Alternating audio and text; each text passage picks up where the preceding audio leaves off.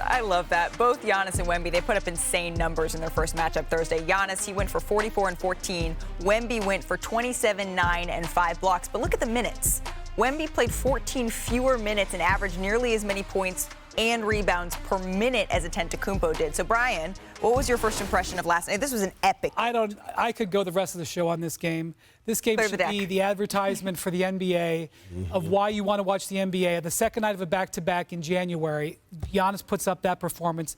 Victor wants all the smoke. He's upset that he was 8th in the All-Star voting, so he's going to come out there and play a good game. Goes back and forth, wants it all, wants to be great, wants this matchup. And then after the game, one of the things that made an impression on people in the Spurs organization, Trey Jones misses a shot at the end of the game. The first guy to him is Victor Wembanyama to console him. He is 20 years old yesterday. Now, you tell me, and by the way, he's 7'5". I don't know why he's saying he's 7'3". In France last year, he told me he was 7'5". I don't know, but I got now Giannis on my side on that one. You watch this game. You watch what Victor wants. The reason Giannis is blown away by this is because Giannis remembers what he was when he was 20.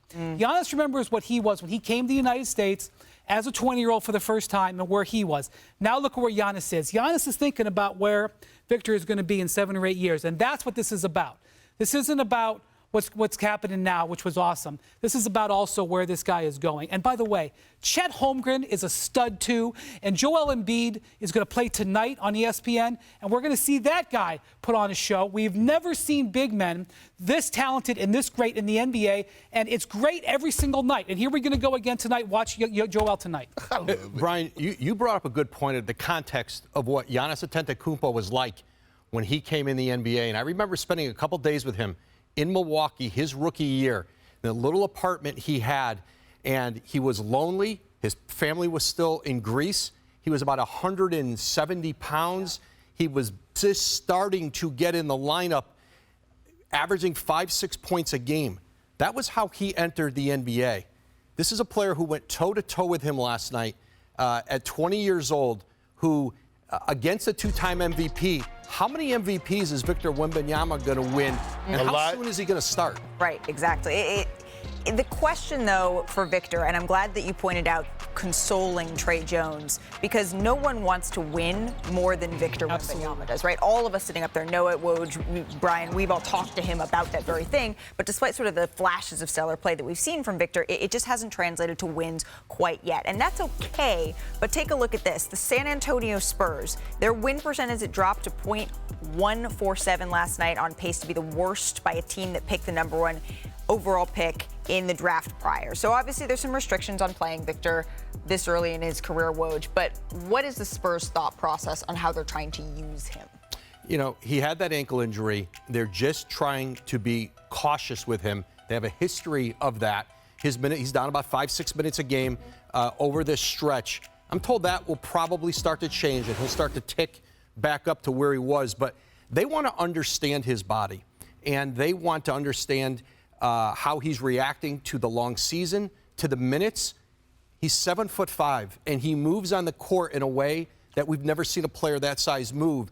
And they're just going to make sure that they're in sync and that, you know, you're building up the stamina of an NBA season, but you are going to see his minutes go up again. And per minute, he's doing things that we've not seen many players do. Right, and we, as fans, we want to see him play more, right?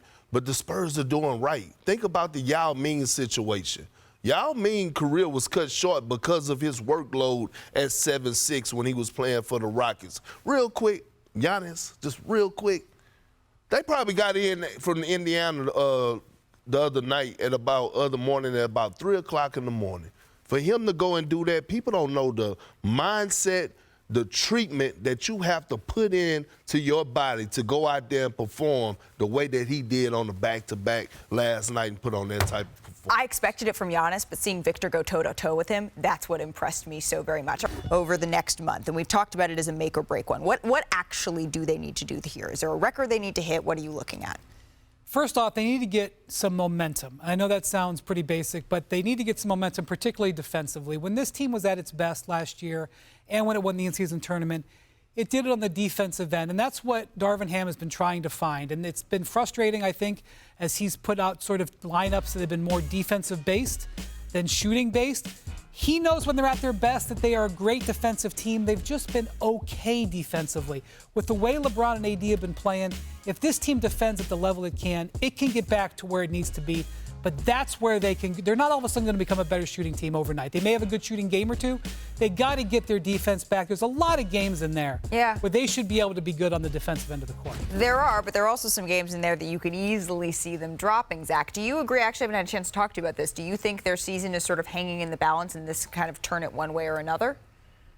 I mean, probably not, because they'll probably win about half of these games and be where they are today when this is over. But you're right. There's not a lot of picnics on that upcoming schedule. And I think what they need to do is just commit to a starting five. And I think it should be the starting five with Austin Reeves in it, because defensively, Brian nailed it. They've been okay. They've got to be good to great. And I think they'll get there the way AD is playing. This team's problem is that it cannot score.